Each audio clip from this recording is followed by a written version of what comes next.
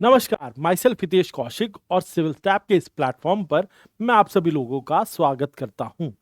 आज के इस सेशन में हमारी प्रतिबद्ध सीरीज में हम आगे बढ़ेंगे और इस सीरीज में हमने पिछले लेक्चर में जहां भक्ति और भक्ति मूवमेंट के से जुड़े हुए कुछ की कॉन्सेप्ट्स डिस्कस किए थे, आज हम उसी सीरीज में आगे बढ़ेंगे और भक्ति काल का ये दूसरा सेशन आपके लिए मैं लेकर आया हूं। और आज आखिर में हम कुछ इंपॉर्टेंट प्रीवियस ईयर क्वेश्चंस भी डिस्कस करेंगे जो भक्ति काल से या भक्ति मूवमेंट से पूछे गए हैं UPSC civil services mains exam में। चलिए शुरुआत करते हैं आज के सेशन की प्रतिबद्ध सीरीज में। आज हमारा पार्ट 2 है और चलिए शुरुआत करते हैं। देखिए, पिछले लेक्चर में हमने भक्ति क्या है उसके बारे में जाना था, भक्ति से कैसे जो है वो सैल्वेशन तक का मार्ग जो है वो हासिल किया जा सकता है या सैल्वेशन हासिल किया जा सकता है, वो हमने पढ़ा था। ठीक है, उसके अलावा भक्ति की क्या टीचिंग्स है वो हमने पढ़ा। उसके अलावा सिग्निफिकेंस क्या रही भक्ति मूवमेंट की, आंदोलन के तौर पे भक्ति कितना सफल रहा, क्या उसकी जो है महत्वता है आज के परिप्रेक्ष्य में, देखें आज की सोसाइटी पर क्या प्रभाव है वो हमने देखा। आर्ट एंड कल्चर, भारत की संस्कृति और सांस्कृतिक विरासत पर क्या असर डाला उसने, हमने ये भी पढ़ा था। और साथ ही हमारे समाज में क्या बेहतर और क्या नकारात्मक प्रभाव पड़े भक्ति काल के, वो हमने पढ़ा। ठीक है, चलिए, और कुछ लिमिटेशंस भी थी भक्ति, क्यों भक्ति उस तरीके से पॉपुलर नहीं हो पाई, ये सब हमने पढ़ लिया है। अब हम देखो, जैसे मैं एक बार फिर से पूरा सीक्वेंस बता देता हूं। भक्ति में सबसे पहले भक्ति कल्ट की शुरुआत 7वीं और 8वीं शताब्दी में हुई थी केरला और तमिलनाडु में, दक्षिण भारत पे। फिर उससे तमिल भाषा में वहां पर तब चलता था, जो भक्ति सेंट्स जो थे और पोएट्स थे उन्होंने भक्ति को प्रमोट करने के लिए तमिल भाषा का प्रयोग किया। उसके बाद फिर कर्नाटक और महाराष्ट्र में आगे ये फैला 10वीं शताब्दी में, ये दूसरी स्टेज थी, मराठी और कन्नड़ भाषाओं का प्रयोग हुआ। और उसके बाद फिर तीसरी स्टेज में ये उत्तर भारत और उत्तर पूर्वी Bharat, north and north eastern India में स्प्रेड हुआ 15th सेंचुरी। और इस समय पर भक्ति ने अपनी पीक हासिल की और इस समय पे हिंदी और कई सारी रीजनल लैंग्वेजेस में भक्ति का प्रमोशन किया गया है। भक्ति काल में जो है इन सभी रीजनल लैंग्वेजेस का जो है वो बड़ा योगदान रहा। अब हम देख लेते हैं कि क्या इन्फ्लुएंस रहा भक्ति का भारत के अलग अलग हिस्सों पर, नॉर्थ इंडिया में, साउथ इंडिया में, वेस्ट इंडिया में, नॉर्थ ईस्ट इंडिया में, सब जगह रीजनल क्या इम्पैक्ट था भक्ति का, वो हम पढ़ेंगे। और साथ ही कुछ इंपॉर्टेंट सेंट्स डिस्कस करेंगे जो भक्ति काल से और भक्ति आंदोलन से या भक्ति मूवमेंट से जुड़े रहे। ठीक है, अब भक्ति मूवमेंट सबसे पहले दक्षिण भारत, क्योंकि मैंने बताया था सबसे पहले उसकी शुरुआत दक्षिण भारत यानी साउथ इंडिया से ही हुई थी। अब इसमें कुछ आप ये देख लें कि सेंट ट्रेडिशन, अगर हम ये कहें संतों की परंपरा जो शुरू हुई वो कैसे हुई। इसमें दो प्रकार के संत थे, अलवर और नयनार। अलवर जो भगवान विष्णु की भक्ति करते थे और नयनार जो शिव भक्ति करते थे। और इन्होंने तमिल भाषा में अपनी रचनाएं बनाई और तमिल भाषा में ही जो है इन्होंने अपनी सीख लोगों तक पहुंचानी शुरू की। और भक्ति की तरफ जो रुझान लोगों का बढ़ा वो 7वीं 8वीं शताब्दी में बढ़ा था और उसमें इन्हीं अलवर और नयनार संतों का बहुत बड़ा योगदान है। ठीक है, आगे अगर हम देखें तो अलवर संतों में श्री अंडाल और पेरिया लवार जो है मेन प्रमुख संत रहे। और अगर हम नयनार में देखें तो अप्पार और संबंधार ये मेन सेंट्स थे। आगे फिलोसफिकल इंपैक्ट अगर हम देखें, फिलोसफिकल इंपैक्ट में आप देखेंगे, देखो भक्ति ने क्या किया, रिचुअलिज्म। सबसे पहले रिचुअलिज्म जो हिंदू परंपरा, हिंदू कल्ट, वैदिक परंपरा की वजह से बहुत ज्यादा हमारी सोसाइटी में बसी हुई थी, उसको कहीं जो है नकार दिया भक्ति काल ने। और भक्ति काल में संतों ने रिचुअलिज्म को नकार के भक्ति पर ज्यादा जो है वो फोकस किया। कास्ट हायरार्की जो हमारे समाज में बनी हुई थी, जो कास्ट रिजिडिटीज थी, उसको भी बहुत हद तक जो है उसको एक तरफ हटा दिया। ये फिलोसफिकल इंपैक्ट है। मतलब अब तक जो बैरियर्स थे ना, कास्ट बैरियर्स थे समाज में कि कुछ चीजें जो है सिर्फ प्रिविलेज्ड कास्ट के लोगों तक ही है, वो सब जो है अब टूटना शुरू हो गया था इस काल में। रामानुज जैसे संत और बासव, इन्होंने इक्वालिटी और डिवोशन, भक्ति और समानता, इनको प्रमोट किया। अब देखो, रामानुज की विशिष्ट अद्वैता फिलॉसफी ये ईश्वर के साथ एक बहुत ही जो है वो अच्छा और प्यारा रिलेशन बनाने की बात करती है। तो हम पढ़ेंगे आगे, ठीक है, जो हम रामानुज का जो विशिष्ट अद्वैता का सिद्धांत है वो पढ़ेंगे जब हम सारे सेंट्स के बारे में एक एक करके डिस्कस करेंगे। नेक्स्ट, लिटरेरी कॉन्ट्रीब्यूशंस में अगर आप देखें तो भक्ति काल में कई पोएट्री लिखी गई, जैसे तिरुकुराल और तिरुपवल्लई, ये जो है तमिल लिटरेचर के बहुत इंपॉर्टेंट टेक्स्ट हैं। और बहुत सारी भक्ति कॉम्पोजिशंस अगर आप देखेंगे तो उन्हीं का बहुत बड़ा असर रहा है, क्योंकि जो भी लिटरेचर लिखा जाता है उसका आम जनता पर, जनमानस पर एक अच्छा खासा असर होता है। लोग उस हिसाब से अपने तौर तरीकों को ढालते हैं। तो बेसिकली जो भी लिखा जाता है, literature has a significant amount of impact on people and their culture and tradition. ठीक है, उसके अलावा समाज में बदलाव, जैसे मैंने शुरू में ही कहा था, कास्ट डिस्क्रिमिनेशन खत्म कर दिए भक्ति मूवमेंट ने। साथ ही उसके अलावा लोगों के अंदर ऐसा भाव लेके आए कि भक्ति में सभी लोग समान हैं ईश्वर की नजर में, तो इंक्लूसिविटी आई। जैसे सेंट्स जैसे श्री अंडाल और बासवा, इन्होंने क्या कास्ट हायरार्की के अगेंस्ट बोला ही था, जैसे मैंने आपको पहले बताया। ठीक है, अब महाराष्ट्र में नोटेबल सेंट्स कौन से रहे? संत ध्यानेश्वर, नामदेव, एकनाथ, तुकाराम, इन सब ने वरकरी सेक्ट को प्रमोट किया। आपने अभी कुछ दिनों पहले प्रधानमंत्री मोदी जी ने वरकरी सेक्ट के को मानने वाले जितने भी लोग हैं उनको शुभकामनाएं दी थी, और वरकरी सेक्ट में भगवान विठोबा को समर्पित होता है। महाराष्ट्र में जो भगवान विष्णु की एक फॉर्म विठोबा, उन्हें पूजा जाता है। तो विठोबा जो है प्रमुख देव है जिनको महाराष्ट्र में पूजा जाता है, भगवान विष्णु की एक फॉर्म वो माने जाते हैं। तो ये वो नोटेबल सेंट्स है जो जिनकी जो भक्ति थी वो सारी भगवान विठोबा को समर्पित थी, और वरकरी सेक्ट से कहा जाता है। अब आगे फिलोसफिकल इंपैक्ट में अगर आप देखें तो इन्होंने पर्सनल डिवोशन की बात की, और रिजिड रिचुअल्स को खत्म करने की बात की, वही जो दक्षिण भारत में था बिल्कुल वैसे ही कुछ आप यहां देखेंगे। कास्ट डिस्क्रिमिनेशन के अगेंस्ट भी जो है इन्होंने आवाज उठाई। साथ ही में कई संत जैसे चोखा मिला, इन्होंने ह्यूमन डिग्निटी, एक एडिशनल चीज थी ह्यूमन डिग्निटी, कि इंसान की वैल्यू है, इंसान को सोचकर ही सारी चीजें की जानी चाहिए। सारे नियम कानून जो समाज के हैं वो सब इंसान के लिए हैं, ना कि इन सब चीजों के लिए इंसान। तो ये पहला आइडिया जो है ना, ये जनरेट हुआ कहाँ? महाराष्ट्र में, और इसमें चोखा मेला जैसे संतों का बहुत बड़ा योगदान था।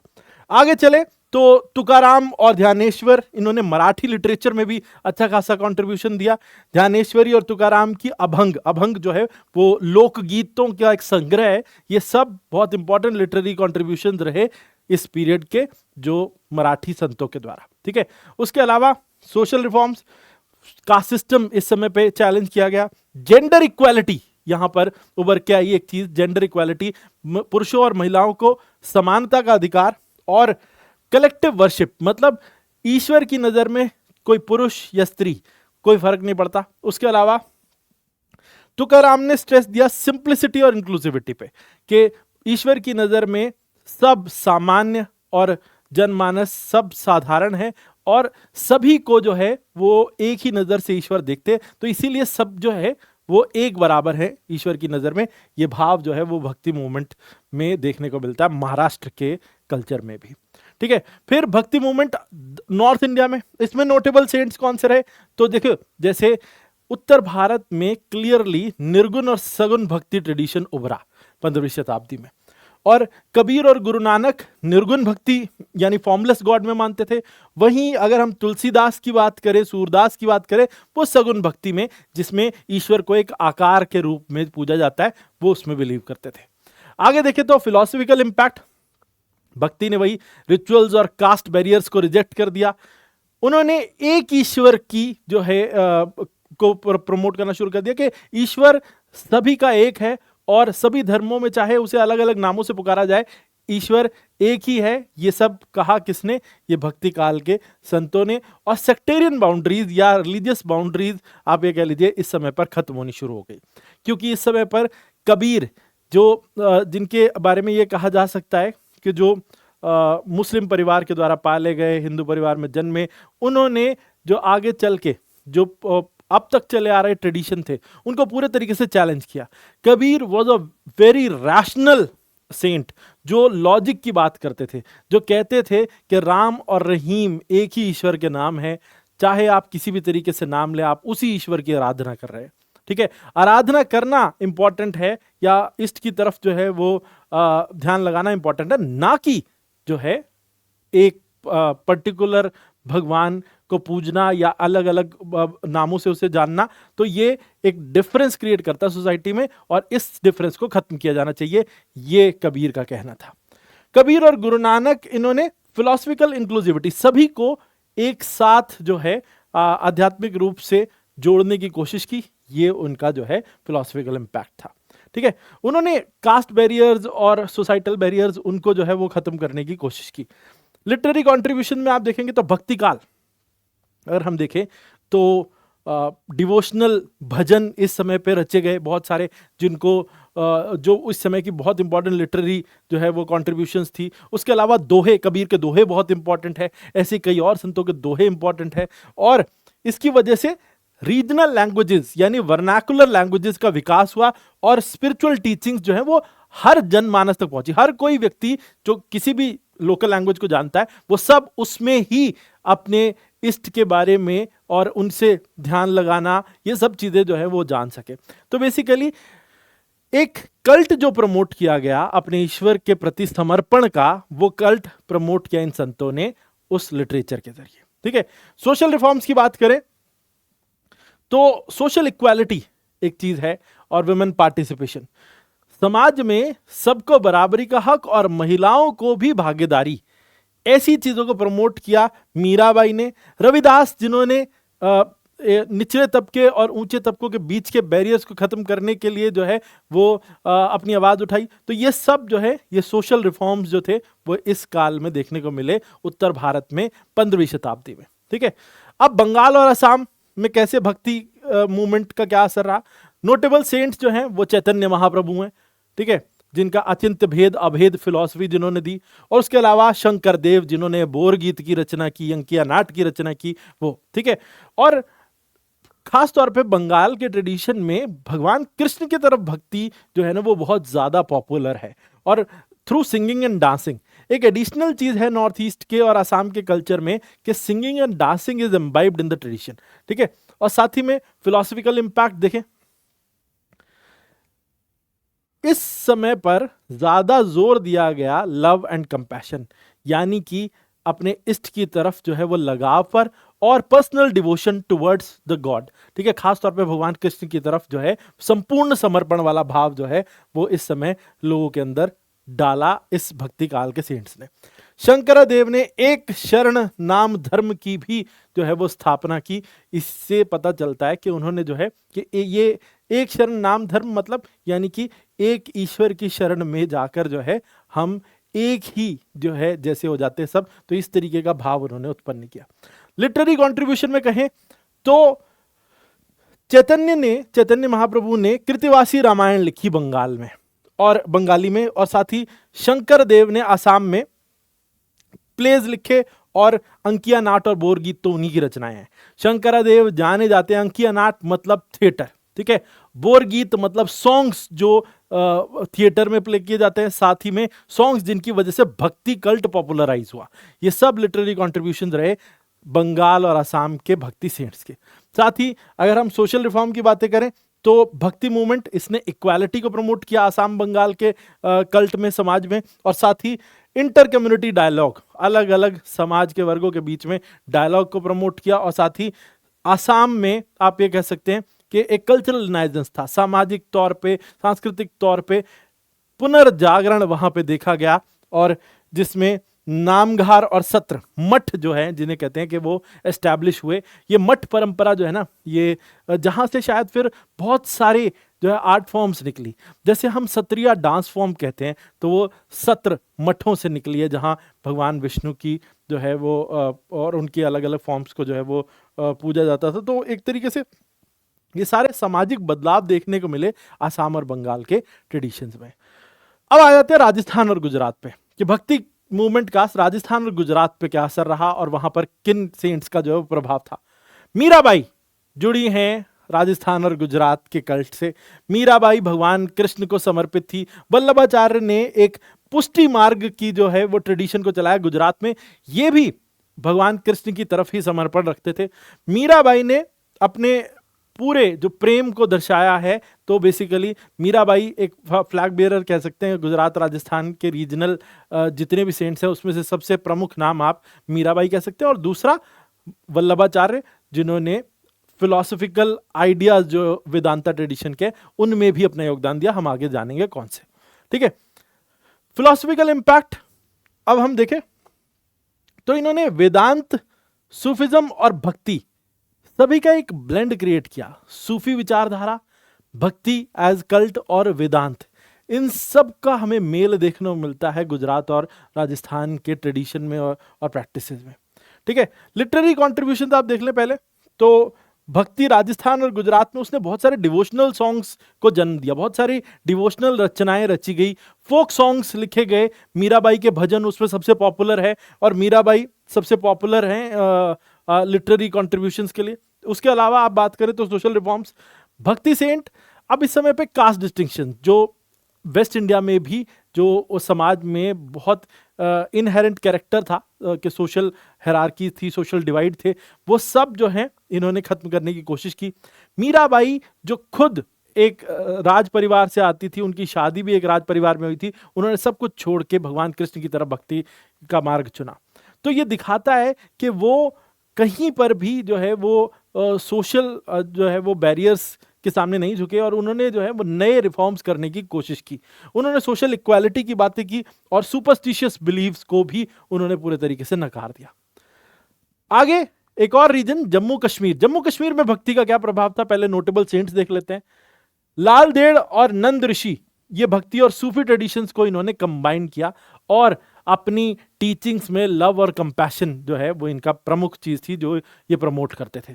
आगे फिलोसॉफिकल इंपैक्ट में देखें तो इन्होंने हिंदू परंपराएं और सूफी परंपराओं का एक जोड़ तैयार किया और इससे हिंदुइज्म और इस्लाम के बीच में एक टॉलरेंट रवैया या टॉलरेंस का भाव जो है उत्पन्न करने में इनका बहुत बड़ा योगदान था इन सेंट्स का।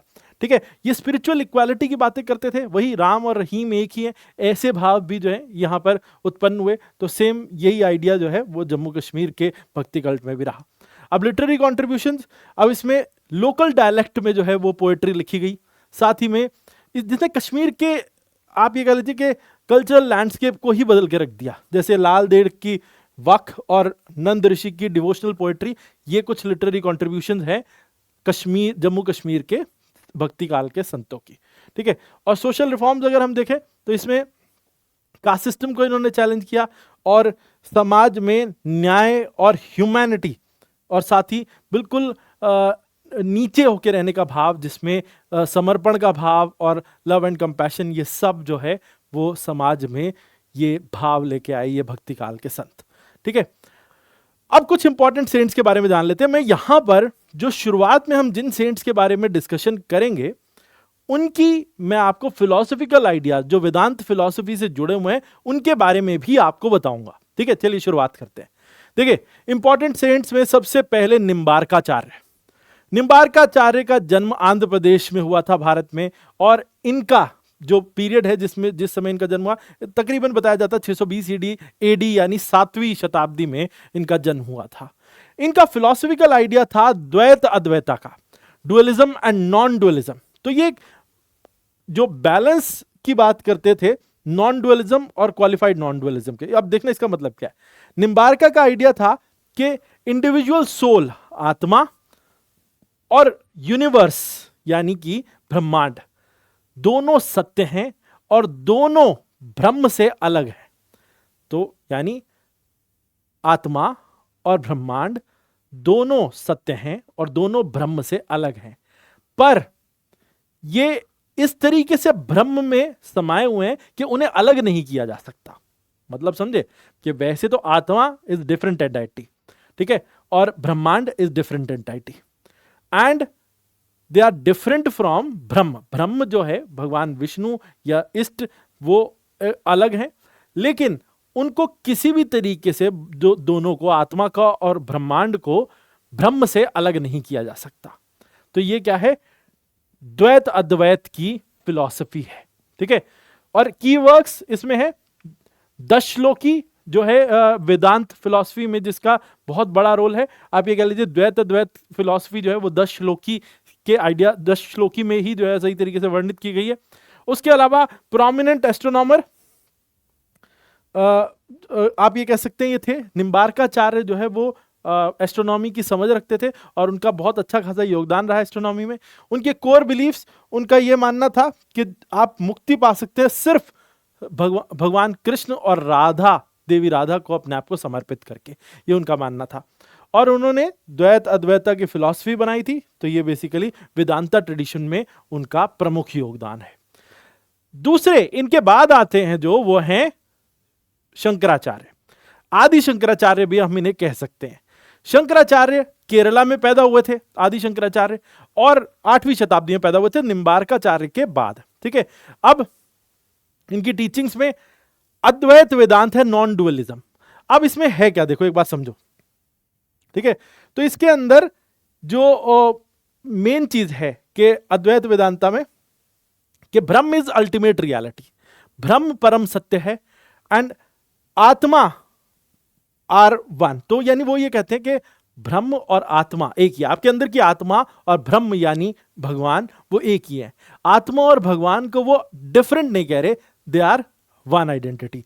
तो अद्वैत वेदांत की फिलॉसफी वो कह रहे हैं। ठीक है, एंड सेम ज्ञान योग, भक्ति एंड कर्म योग एज पाथ टू मोक्ष। तो उन्होंने कहते हैं कि आत्मा एज इंडिविजुअल सोल। तो वो ये कहते हैं कि देखो नॉन डुअलिज्म, सॉरी मैंने थोड़ा सा गलत बोला, इसको एक बार करेक्ट करते हैं। उन्होंने कहा ब्रह्म परम सत्य है, आत्मा भी एक एंटाइटी है, और दे आर सेपरेट, पर उनके मेल का मार्ग क्या है, ज्ञान भक्ति और कर्म। ठीक है, उनके मेल का मार्ग क्या है, ज्ञान भक्ति और कर्म। तो एक बार मैं दोबारा से जो है वो कंपेयर करके बता देता हूं।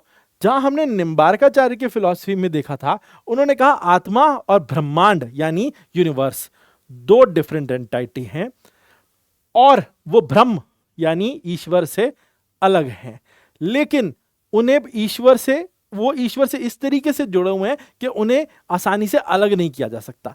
तो ब्रह्मांड और आत्मा दोनों ब्रह्म का ही हिस्सा हैं, उन्हें अलग नहीं किया जा सकता, although they are separate entities. ठीक है, चलो अब शंकराचार्य क्या कहते हैं। शंकराचार्य ने यह कहा कि नॉन डुअलिज्म यानी कि ब्रह्म अलग है, परम सत्य है, आत्मा भी है। आत्मा और ब्रह्म अलग तो हैं, लेकिन आत्मा को ब्रह्म से मिलाने का मार्ग क्या है, ज्ञान भक्ति और साथ ही में कर्म। तो उसके जरिए जो है इनको मिलाया जा सकता है। उपनिषदिक कमेंट्रीज, उपनिषद जो है ना जो रचे गए हैं, उनके ऊपर कमेंट्री लिखी है किसने, इन्होंने शंकराचार्य ने, और ब्रह्मसूत्र और भागवत गीता पर भी कमेंट्री लिखी है। साथ ही 4 मठों की स्थापना भी इन्होंने की थी सनातन धर्म की रक्षा के लिए, क्योंकि उस समय पर इस्लाम भारत में आ रहा था और उस समय पे हिंदुइज्म को बचाना जरूरी था, इसलिए इन्होंने 4 अलग अलग मठों की स्थापना भी की थी। उसके लिए जाने जाते हैं शंकराचार्य। उनकी फिलॉसफी जो थी उसने हिंदू धर्म और हिंदू धर्म की स्पिरिचुअल प्रैक्टिस में एक बहुत बड़ा योगदान दिया है, और आप ये कह सकते हैं आज की जो मॉडर्न फिलॉसफी है उसमें शंकराचार्य की फिलॉसफी इज वेरी इंपॉर्टेंट। उन्होंने सांख्य योग और न्याय फिलॉसफी सबको जोड़ दिया, आप ये कह लीजिए उन सबके एलिमेंट्स को एक साथ जोड़ के अपनी फिलॉसफिकल आइडिया को बनाया। और उन्होंने असर किस पे डाला, वैष्णविज्म पे, शैविज्म पे और अलग अलग स्कूल्स ऑफ थॉट्स पे अब असर डाला through is debates and philosophical ideas. Contribution, उन्होंने हिंदू फिलॉसफी को सिस्टमाइज्ड फॉर्म में अरेंज किया और उसे स्पिरिचुअल प्रैक्टिसेस से जोड़ दिया, और अद्वैत वेदांता का एक अलग इंटरप्रिटेशन उन्होंने दिया। ठीक है, अब आ जाते हैं रामानुज पे। ये तीसरे हैं इस कड़ी में। रामानुज का जन्म तमिलनाडु में हुआ था 1017 ईस्वी में, 1137 ईस्वी में इनकी मृत्यु हुई। अब इनके बाद फिलोसफिकल आइडिया इनका देखें तो इन्होंने विशिष्ट अद्वैता का, क्वालिफाइड नॉन डुअलिज्म का जो है वो सिद्धांत दिया था, जहां उन्होंने कहा था नॉन डुअलिज्म यानी कि आत्मा is different and Brahma is different, पर आत्मा का जो है आत्मा का जो ब्रह्म से मेल किस तरीके से किया जा सकता है, योग कर्म के तरीके से। अब यहां कहते हैं क्वालिफाइड नॉन डुअलिज्म। अब इसमें क्या है की आइडिया, रामानुज कहते हैं कि Brahman is qualified by individual soul and material universe, which are distinct but inseparably related to Brahman. तो ब्रह्म और जो मटेरियल यूनिवर्स है, यानी कि अब ये बेसिकली जो ब्रह्मांड की बात कर रहे हैं कि ब्रह्म जो है और मटेरियल यूनिवर्स ये अलग अलग हैं, पर ब्रह्म से ये जुड़े हुए हैं, तो ये कहते हैं विशिष्ट अद्वैता। ठीक है, और मेजर वर्क्स हैं श्री भाष्य, वेदार्थ संग्रह और गीता भाष्य, इनके इंपॉर्टेंट वर्क्स हैं। आगे इन्होंने ना सबसे बहुत बड़ा जो इनका जो काम था वो टेम्पल रिफॉर्मेशन का था। इन्होंने श्रीरंगम मंदिर के अंदर जो जो जो प्रथाएं चलती थी, जिस तरीके की प्रैक्टिसेस थी, उसमें बदलाव ला के रख दिया। जहां बहुत ज़्यादा जो है वो कास्ट सिस्टम डोमिनेट करता था, और एक चीज़ थी जिसमें आम लोगों के लिए या बिल्कुल निचली जाति के लोगों के लिए जो मार्ग नहीं खुले थे, तो इन्होंने उसको खोल दिया था। तो रामानुजाचार्य उसके लिए जाने जाते हैं, और मंदिर में जिस तरीके से पूजा अर्चना होती थी और जो सिर्फ कुछ ही लोगों तक सीमित थी, उसको बदल दिया था। तो इन्होंने इंक्लूसिविटी, सभी को जो है वो ईश्वर से अपनी प्रार्थना करने का और उनके प्रति समर्पण दिखाने का पूरा हक है, तो ही एडवोकेटेड इंक्लूसिविटी।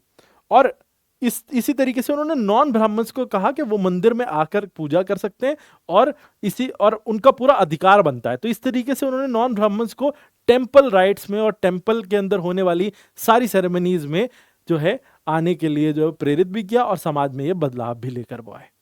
अब उन्होंने विशिष्ट अद्वैता की फिलॉसफी को बनाया और सोशल इंक्लूसिविटी की बातें की। Next is Madhavacharya. माधवाचार्य का जन्म कर्नाटक में हुआ था और पीरियड उनका 1228 से 1317 है। अब इसमें देखें तो फिलॉसफी क्या थी उनकी? द्वैतवाद की।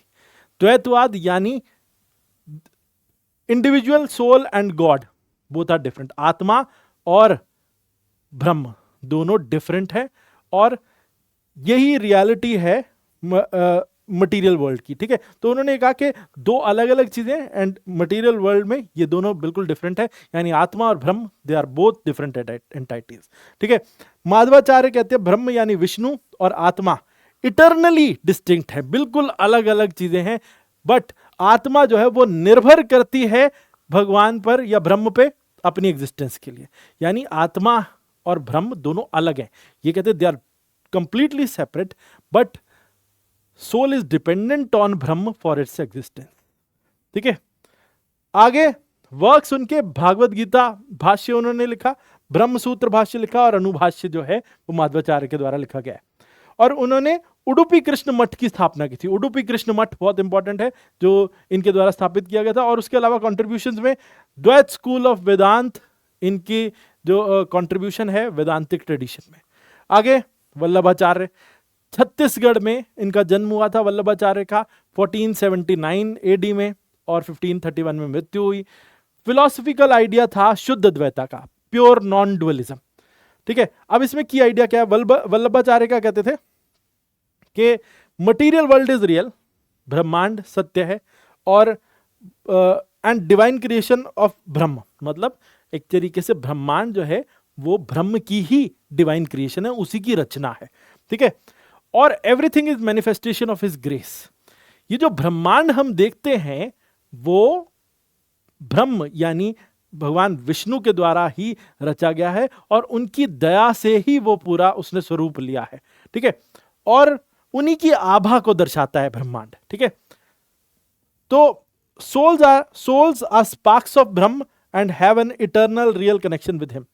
आत्मा का ब्रह्म से जो है आत्मा जो है वो बेसिकली ब्रह्म का ही एक तरीके से प्रदर्शन है, और उनके बीच में रियल कनेक्शन है। ठीक है, तो आप ये कह सकते हो। तो ये यहां पे क्या कहते हैं कि प्योर नॉन डुअलिज्म की बात करते हैं, सिंपल शुद्ध अद्वैता, यानी कि ब्रह्म और जो बाकी का जो भी है वो उनकी आभा है, तो उनसे बिल्कुल अलग है। उनकी आभा इज डिफरेंट, मतलब जो हम पूरा संसार देखते हैं ये भगवान विष्णु की एक आभा है या उनका ग्रेस की वजह से ही बना है, तो दे आर बोथ डिफरेंट।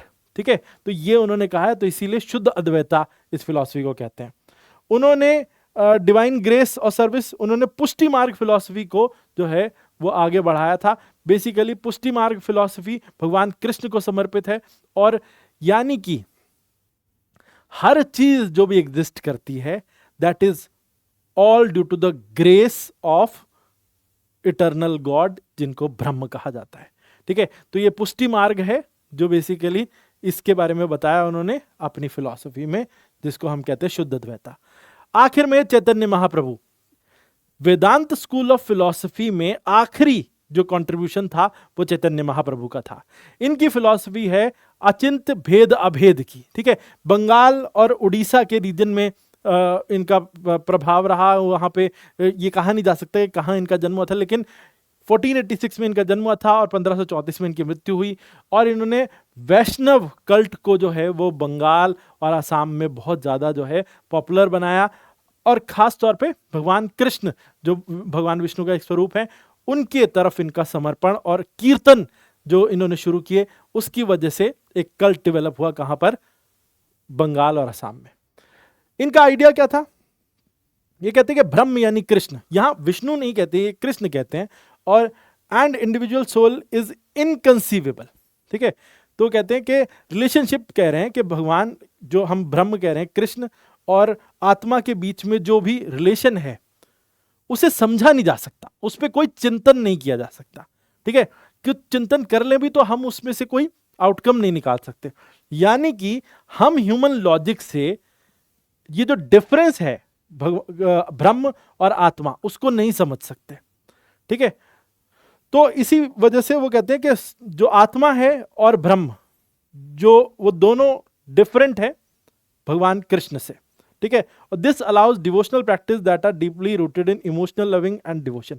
तो यानी कि हमें सिर्फ भक्ति का मार्ग चुनना चाहिए, उनके बीच का जो भेद है वो जानना वैसे भी हमारे लिए ह्यूमन लॉजिक से पॉसिबल नहीं है, तो इसीलिए हम सादा भक्ति के मार्ग से ही उसे पा सकते हैं। तो भक्ति एक सीधा और साधारण तरीका है, जब हम लॉजिक बीच में ले आते हैं तो वो जो प्रॉब्लम क्रिएट करता है। तो यहाँ पे उन्होंने ये कहा कि भक्ति के मार्ग से ही सही चीज जो है, सही मार्ग हासिल किया जा सकता है। ठीक है, तो एक चीज, चैतन्य महाप्रभु पुरी, उड़ीसा में पुरी धाम में इन्होंने अपना सेंटर बनाया और उनकी सारी जो स्पिरिचुअल एक्टिविटीज थी उसका केंद्र पुरी बना। आगे कंट्रीब्यूशन, उन्होंने कीर्तन कल्ट को पॉपुलर बनाया उड़ीसा में और बंगाल में, और भक्ति मूवमेंट में ये बहुत बड़ा योगदान था उनका। आगे है रामानंद। रामानंद का जन्म उत्तर प्रदेश में 14वीं शताब्दी में हुआ था। फिलॉसफी उनकी, उन्होंने कास्ट सिस्टम और डिविजन्स को जो है वो बिल्कुल नकार दिया। उन्होंने संपूर्ण समर्पण की बात की बजाय कि रिचुअल्स के। ठीक है, इन्फ्लुएंशियल अब इनके शिष्य, अब रामानंद जाने जाते हैं अपने कई शिष्यों के लिए, जो शिष्य भी अपने आप में बड़े संत बने भक्ति काल के, जैसे कबीर, रविदास, उसके अलावा सेन, ये सब जो है इंक्लूसिविटी की बातें करते थे। उसके अलावा भक्ति काल में सब लोगों को एकत्रित करना, सब लोगों को भक्ति से जोड़ना, कास्ट सिस्टम को गलत बताना, रामानंद का ये इंपॉर्टेंट कंट्रीब्यूशन रहा। और रिचुअलिज्म को, मतलब जो अब तक अनुष्ठान और बलिदान पे जो जोर दिया जाता था, उनको इन्होंने पूरी तरीके से नकार दिया। इसके बाद Kabir the most logical of all the भक्ति एरा सेंट्स, तो वो हम इन्हें कह सकते हैं। वाराणसी उत्तर प्रदेश में इनका जन्म हुआ था। 1440 से 1510 इनका पीरियड माना जाता है। फिलॉसफी या फिलॉसफिकल आइडिया, इन्होंने रिचुअलिज्म को गलत बताया, अनुष्ठान, क्योंकि रामानंद के शिष्य थे, तो सत्य पर बने रहने की बात की, राइचियसनेस, और साथ ही फॉर्मलेस गॉड यानी ईश्वर निराकार है, ये इन्होंने प्रमोट किया। इनके इंपॉर्टेंट वर्क्स में शब्द बीजक और इनके दोहे हैं, हिंदी के दोहे मशहूर। ठीक है, इन्होंने कबीर पंथ की स्थापना भी की थी, जिससे इन्होंने स्पिरिचुअल यूनिटी की बात की। चाहे आप राम को पूजें, चाहे रहीम को, चाहे कोई भी नाम ले, लेकिन आप एक ही ईश्वर की तरफ आराधना करते हैं। और इससे उन्होंने हिंदुज्म और इस्लाम के बीच में गैप जो है वो खत्म करने की कोशिश की। उसके बाद तुलसीदास का जन्म उत्तर प्रदेश में हुआ था। तुलसीदास 1532 से 1623 के बीच में रहे। फिलॉसफी, उन्होंने भक्ति को प्रमोट किया through his literary work Ramcharitmanas and Hanuman Chalisa. ठीक है, इनके और दूसरे किताबें हैं विनय पत्रिका और दोहावली। ठीक है, इन्होंने भक्ति के मैसेज को अपने लेखनियों के द्वारा, राइटिंग्स के द्वारा जो है वो प्रभावित किया। उन्होंने रामायण को सरल भाषा में लिखा, रामचरितमानस बना दी उसकी, और उसमें श्री राम का महिमा मंडन किया, और इससे उन्होंने रामलीला जैसी जो कल्चरल प्रैक्टिसेस हैं उनको इंस्पायर किया। आगे शंकरादेव। असम और उड़ीसा के कल्ट से जुड़े हुए हैं। सबसे बड़ा नाम कह सकते हैं हम उन्हें आफ्टर वल्लभाचार्य। ठीक है, अब आप ये कहें सबसे पहले आसाम में आप देखें तो 1449 से 1568 तक ये रहे। और फिलोसफिकल आइडिया क्या था, इन्होंने वैष्णविज्म को आसाम में जो है वो पॉपुलराइज किया। एक शरण धर्म जो है भगवान कृष्ण की तरफ डिवोशन के लिए उन्होंने ये स्थापित किया। साथ ही असमीज क्लासिकल म्यूजिक जो कहते हैं बोर गीत, उनकी रचना इन्होंने की। सत्रिया डांस में इनका बहुत बड़ा कंट्रीब्यूशन रहा, वो इन्हीं से शुरू हुआ। और अंकिया नाट थिएट्रिकल प्रेजेंटेशन वो भी इन्हीं से शुरू हुई। और कंट्रीब्यूशंस में उनके तो आप ये कह सकते हैं कि सत्र जो मठ होते थे वैष्णव मठ, उनको इन्होंने रिलीजियस कल्चरल और सोशल एक्टिविटीज का केंद्र बना दिया आसाम में। मीराबाई राजस्थान के शाही परिवार से जुड़ी हुई रॉयल फैमिली से 1498 से 1547 तक रही। फिलोसफिकल आइडिया उन्होंने भगवान कृष्ण की तरफ समर्पण और भक्ति को प्रमोट किया अपने भजनों के जरिए। और साथ ही में ब्रज भाषा में इन्होंने जो है अपने सारे वर्क्स कंपाइल किए और साथ ही अपनी भक्ति को दर्शाया भगवान कृष्ण के प्रति। उन्होंने डिवोशनल सॉन्ग्स और हिम्स भजन तैयार किए और जो आज भी चलन में, आज भी जो है लोग इनके जो डिवोशनल सॉन्ग्स और उनकी पोएट्री को जो है वो रिसाइट करते हैं। गुरु नानक देव जी, इनका जन्म मॉडर्न डे पाकिस्तान के पंजाब प्रांत में हुआ था 1469 से 1539। इस तरीके से आप ये कह सकते हैं कि ये बाबर के कंटेम्पररी थे। साथ ही फिलोसफिकल आइडिया, उन्होंने एक ईश्वर की बात की, कास्ट सिस्टम को रिजेक्ट किया और इक्वालिटी को प्रमोट किया। गुरु ग्रंथ साहिब की जो में बड़ी रचना 974 जो हिम्स है उसके अंदर, वो गुरु नानक देव जी के द्वारा रचे गए हैं। तो एक बहुत इंपॉर्टेंट सेंट है ये। और इनका प्रभाव सिखिज्म पे रहा, सिख धर्म की स्थापना इनके द्वारा की गई। और डिवोशन टू वन गॉड, एक ईश्वर की तरफ लगाव की बातें करते थे और कास्ट और सोशल हायरार्कीज को इन्होंने पूरे तरीके से नकार दिया था। ठीक है, आगे महाराष्ट्र के कल्ट से जुड़े हुए समर्थ रामदास, और 1608 में इनका जन्म हुआ था, 1681 में मृत्यु। फिलोसफिकल आइडिया, ये शिवाजी के गुरु थे। समर्थ रामदास याद रखिए छत्रपति शिवाजी महाराज के गुरु थे।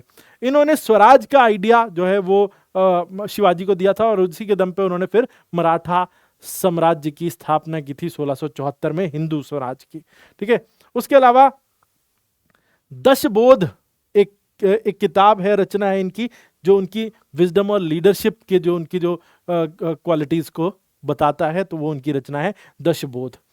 कंट्रीब्यूशन, उन्होंने सेल्फ गवर्नेंस के आइडियाज जो है कि स्वराज होना चाहिए, ये आइडिया जो है उसको प्रमोट किया। उसी पर चल के आगे शिवाजी ने मराठा साम्राज्य की नींव रखी थी। ठीक है, आगे दादू दयाल, गुजरात और राजस्थान के कल्ट में दादू दयाल एक बहुत बड़ा नाम है। 1544 से 1603 के बीच में रहे, अकबर के कंटेम्पररी थे दादू दयाल। और साथ ही निर्गुण भक्ति से जुड़े हुए, फॉर्मलेस गॉड में ये भी जो है मानते थे और वही उन्होंने प्रमोट किया। उन्होंने समानता और डिवोशन को ज़्यादा जो है वो बल दिया बजाय के रिचुअल्स को उन्होंने नकार दिया। उनकी जो टीचिंग्स हैं वो एक किताब में है जिसे बोलते हैं दादू दयाराम की बानी। ठीक है, उसके अलावा कॉन्ट्रीब्यूशंस उनके, तो उन्होंने दादू पंथ की स्थापना की थी, जैसे कबीर पंथ है वैसे ही, और बड़े सादे जीवन जीने की बात कही, ध्यान और योग, और साथ ही में फॉर्मलेस गॉड, ये सब आइडियाज इनके द्वारा जो है वो प्रमोट किए गए। ठीक है, चलिए, तो these were all important saints of bhakti movement. ठीक है, जिनके बारे में आपसे पूछा जा सकता है एग्जाम में। ठीक है, तो ऐसा है कि कुछ स्टेट पीएससीज जो है वो पर्टिकुलर सेंट्स के बारे में क्वेश्चंस पूछते हैं, तो हमने वो कवर कर लिया। पॉसिबल है UPSC might ask a question from these saints और देयर फिलोसफिकल आइडियाज और देयर इम्पैक्ट ऑन सोसाइटी, वो पूछ सकते हैं। तो ऐसे ही एक क्वेश्चन देख लेते हैं कि जो पूछा गया था भक्ति पीरियड से, हम देख लेते हैं कि evaluate the nature of bhakti literature and its contribution to Indian culture. अब हमने देखा है कि literature has a significant impact on bhakti cult and bhakti tradition and society as whole, तो ये हमने देखा है। ठीक है, तो हमें वही जो है वो यहाँ पर पोर्ट्रेयल करना है। 150 वर्ड्स में पूछा गया था, 10 नंबर में ये सवाल पूछा गया था, 150 वर्ड लिमिट दी गई है यहाँ पर। तो हम इंट्रोडक्शन में क्या दे सकते हैं कि bhakti cult developed in India in 7th century in early medieval period and it reached it peaks. Peak कब पहुंचे? 15वीं शताब्दी में अपना पीक हासिल करता है। ठीक है, और आप ये कह सकते हैं तो इसने अलग अलग रीजनल लैंग्वेजेस का विकास हुआ भक्ति कल्ट की वजह से, और उन्होंने पर्सनल डिवोशन की बात की एंड डिवोशन टुवर्ड्स डिवाइन, और इसकी इमोशनल डेप्थ और सिंपल लैंग्वेज का यूज जो भक्ति में किया गया उसने इसको सभी लोगों के लिए एक्सेसिबल बना दिया। ठीक है, तो ये हम भक्ति एज जनरल उसके बारे में बेसिक चीजें बता सकते हैं। अब देन हम जो सवाल उसने पूछा कि नेचर ऑफ भक्ति लिटरेचर, पहला पॉइंट है कि भक्ति लिटरेचर ने सबसे पहला फोकस किया पर्सनल डिवोशन पे। ठीक है, तो इंडिविजुअल स्पिरिचुअल एक्सपीरियंसेस को उन्होंने जो है वो बल दिया बजाय कि जो है कम्युनिटी एज होल के। ठीक है, तो पर्सनल डिवोशन इसमें है।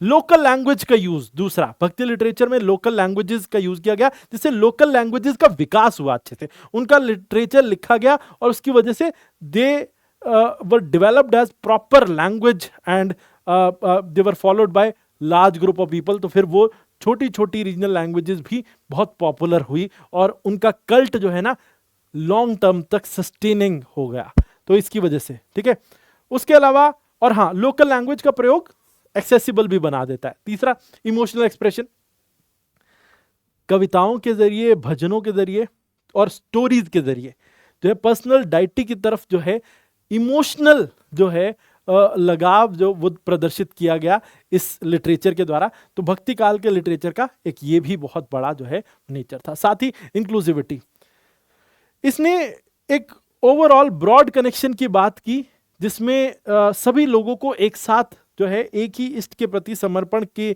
भावना को दिखाया गया और सभी को समानता दी गई। जिन लोगों के लिए जो है वो मंदिरों में प्रवेश वर्जित था, जिन लोगों को सामाजिक ये कह लो कि ट्रेडिशंस में शामिल नहीं किया जाता था, उनके लिए भी पर्सनलाइज्ड डिवोशन जो है वो पॉसिबल कराई भक्ति लिटरेचर ने। उनको भी वो मार्ग और वो ज्ञान वो हासिल हो पाया, क्योंकि इस तरीके से वो भी अपने घर में उन किताबों के जरिए जो है किस तरीके से आपको जो है ईश्वर तक पहुंचना है उस चीज़ को समझ पाए। वो सारे वही है उसमें, चाहे उसमें भजन हो, चाहे उसके अंदर स्टोरीज हो, चाहे उसके अंदर पोएम्स हो, उस सब का अपना योगदान रहा। ठीक है, नेक्स्ट कंट्रीब्यूशन क्या था भक्ति लिटरेचर का इंडियन कल्चर पे। ठीक है, तो अब आप यहां देखें तो पहला तो हमने डिस्कस कर लिया नेचर ऑफ भक्ति लिटरेचर। दूसरा पार्ट कहता था कंट्रीब्यूशन टू इंडियन कल्चर, भारतीय संस्कृति पे क्या असर रहा, तो हम दूसरे में ये डिस्कस कर लेते हैं। ठीक है, कंट्रीब्यूशन ऑफ भक्ति लिटरेचर, इसने धार्मिक सौहार्द डेवलप करने में बहुत अच्छा मदद की। इसकी वजह से हिंदू मुस्लिम जो है वो आप ये कह लीजिए टॉलरेंस का भाव दोनों रिलीजियंस के अंदर जो है वो आ पाया। तो रिलीजियस हार्मनी क्रिएट करने में भक्ति लिटरेचर का बहुत बड़ा योगदान था, जिसने कास्ट हायरार्कीज को ब्रेक किया, रिलीजियस जो है डिवाइड्स को ब्रेक किया। तो कबीर और गुरु नानक की जो टीचिंग्स है वो ऐसे डिवाइड्स जो है वो खत्म करने में सफल रही। उसके अलावा रीजनल लैंग्वेजेस, वही बात कि बहुत सारी रीजनल लैंग्वेजेस में जब भक्ति पोएम्स लिखी गई, भक्ति रचनाएं लिखी गई, इससे लोकल लैंग्वेजेस को सपोर्ट मिला। ठीक है, उसके अलावा सोशल इक्वालिटी, समाज में बराबरी का भाव और एक बहुत लंबे समय से चली आ रही इनइक्वालिटीज वो खत्म करने में भी जो है वो भक्ति लिटरेचर का बहुत बड़ा योगदान था। और ह्यूमन डिग्निटी को इंपॉर्टेंस दी गई, वो भी इस समय पे हुआ। साथ ही में आर्ट फॉर्म्स जैसे music, dance, paintings, classical Indian art, सबको इसकी वजह से बल मिला। भक्ति कल्ट में जहां देवी देवताओं की जो है वो तस्वीरें बनाई गई, जहां नृत्य उससे प्रभावित रहा, जहां म्यूजिक उससे प्रभावित रहा, उसमें तो आप ये कह सकते हो भक्ति लिटरेचर ने बहुत बड़ा योगदान दिया। ठीक है, उसके अलावा फिलोसफिकल ट्रेडिशन भी यहां से शुरू हुआ। आप ये कह सकते हैं ये राइटिंग्स ही थी जिसके जरिए डीप मेटाफिजिक्स और फिलोसफिकल आइडिया जो वो रिले किए जा सके और लोगों तक पहुंचाए जा सके। तो वो भी जो है वो भक्ति लिटरेचर का बहुत बड़ा कंट्रीब्यूशन है। भक्ति लिटरेचर अपनी इमोशनल डेप्थ के लिए जाना जाता है और अपने एक profound impact on Indian culture के लिए जाना जाता है। इसने समाज में हार्मोनियस रिलेशन भी एस्टैब्लिश किए, इंटर रिलीजियस जो है टॉलरेंस का भाव भी लाया, equality among different sects of the society भी, और इसी वजह से आज की जो ट्रेडिशन है, आज का जो हमारा जो इंटर रिलीजियस और इंटर कास्ट जो टॉलरेंस है, वो सारा भाव जो है वो वहीं से पैदा हुआ। तो this all you can sum up in your conclusion. ठीक है, तो ये था हमारा जो लास्ट ईयर क्वेश्चन जो या प्रीवियस ईयर क्वेश्चन जो हमसे पूछा गया था। तो ये हमने इस तरीके से आंसर करना है अगर आपसे पेपर में पूछा जाएगा। तो ये ध्यान रखना, we have to make proper 3 parts, introduction, main body and conclusion. But यहां पे हमने इवन मेन बॉडी में जो 2 चीजें पूछी गई हैं, नेचर ऑफ भक्ति लिटरेचर और कॉन्ट्रीब्यूशन टू इंडियन कल्चर, दोनों को अलग अलग एड्रेस किया है। ठीक है, तो ये ध्यान रखना, क्योंकि एक साथ एड्रेस करने जाओगे तो the points will get mixed up, तो वो नहीं करना आपने। ठीक है जी, चलो अब एक क्वेश्चन और देख लेते हैं।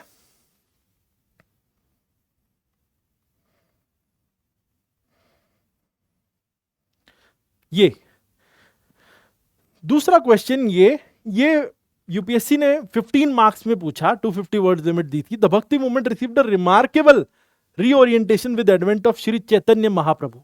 मैंने कहा था ना, जैसे तो जो सेंट्स हैं उनके ऊपर भी सवाल पूछे जा सकते हैं। तो यहां पर यह सवाल था कि एक श्री चैतन्य महाप्रभु ने भक्ति मूवमेंट को एक नया आयाम दे दिया, तो ये आपको यहां पर डिस्कस करना है। तो भक्ति मूवमेंट ओरिजिनली हम यहां बता देंगे, it originated in south India and gradually spread to the different parts of Indian subcontinent.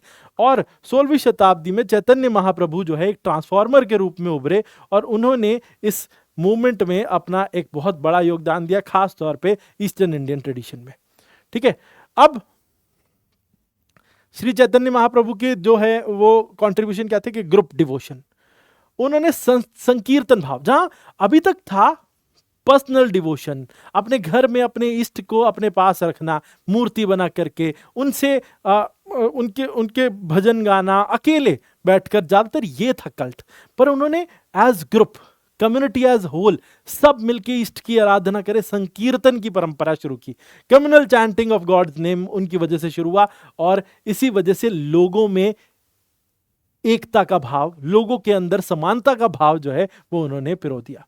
Inclusiveness, that everybody should be included towards the devotion of God, तो ये उन्होंने यहां पे शुरू किया। उन्होंने कास्ट, जेंडर और सोशल स्टेटस, ये सारे बैरियर्स को तोड़ दिया।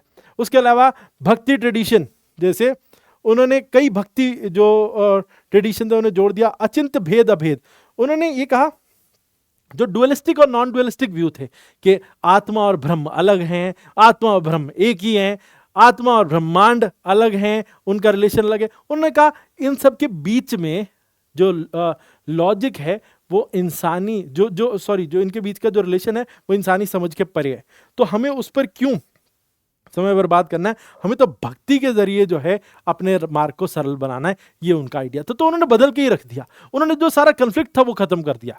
ठीक है, उसके अलावा डिवोशनल लिटरेचर जो है उसको उन्होंने बढ़ावा दिया। जैसे गोस्वामीज ऑफ वृंदावन उनके फॉलोअर थे, उन्होंने भक्ति लिटरेरी ट्रेडिशन को में बहुत योगदान दिया। जैसे रूप गोस्वामी की भक्ति रसमृता संधु और कृष्णदास की कविराज चैतन्य चरितमृत, ये जो है इन्होंने डिवोटीज को एक नया आइडिया जो है वो दिया टुवर्ड्स डिवोशन एंड भक्ति। ठीक है, उसके अलावा डिवाइन लव, तो बेसिकली इष्ट के साथ अपना जो कनेक्शन है उस पर ये बात करते थे। तो अल्टीमेट गोल ह्यूमन एग्जिस्टेंस का क्या है, डिवोशन और ईश्वर की सेवा। तो ये आइडिया भी उनके द्वारा दिया गया। तो अगर कंक्लूजन देखें तो उन्होंने भक्ति कल्ट में एक बड़ा बदलाव लाके रख दिया। उन्होंने कम्युनल वर्शिप, यानी कम्युनिटी एज होल एक साथ वर्शिप करे, इस आइडिया को प्रमोट किया। उन्होंने डाइवर्स ट्रेडिशंस को एक साथ जोड़ दिया, उनके बीच के जो डिफरेंसेस थे वो खत्म किए। कहा कि हमें लॉजिक में, ह्यूमन लॉजिक से उन चीजों पे जाना ही क्यों है। ठीक है, और इसकी वजह से मिलियंस को उन्होंने एक नई स्पिरिचुअल जर्नी की तरफ जो है वो प्रभावित किया। तो दिस वाज ऑल अबाउट भक्ति। तो ये भक्ति काल के हमने जो है बारे में डिस्कस किया। आज के लेक्चर में जहां हमने जाना डिफरेंट सेंट्स के बारे में, वहीं हमने आज के लेक्चर में जो पिछले लेक्चर से जो बची हुई चीज़ें थी वो डिस्कस की, और साथ ही 2 इम्पॉर्टेंट जो क्वेश्चंस प्रीवियस ईयर पेपर में पूछे गए थे वो भी हमने डिस्कस किए। तो मैं उम्मीद करता हूँ कि भक्ति काल से अगर आपसे पेपर में सवाल पूछा जाएगा तो you will be able to answer it with ease. ठीक है, तो मुझे लगता है कि आसानी से आप लोग कर लेंगे। अगर आपने इस पूरे लेक्चर को समझा है, दोनों पार्ट्स देखें, तो आप आसानी से कोई भी क्वेश्चन अगर पूछा जाएगा भक्ति से तो आप उसको आसानी से अटेम्प्ट कर पाएंगे। तो आज के लिए हम अपनी क्लास को यहीं समाप्त करते हैं, फिर मिलेंगे आपसे अगले हफ्ते, और अगली क्लास में जो हम सूफी जो है ट्रेडिशन के ऊपर या सूफिज्म के ऊपर हमारी नेक्स्ट क्लास होगी, तो उसमें हम जो है वो सूफिज्म पर डिस्कशन करेंगे और कैसे bhakti and Sufism are interrelated and both have influence on each other, ये भी हम अगले लेक्चर में डिस्कस करेंगे। तो आज के लिए इतना ही, फिर मिलेंगे आपसे। जय भारत, जय हिंद।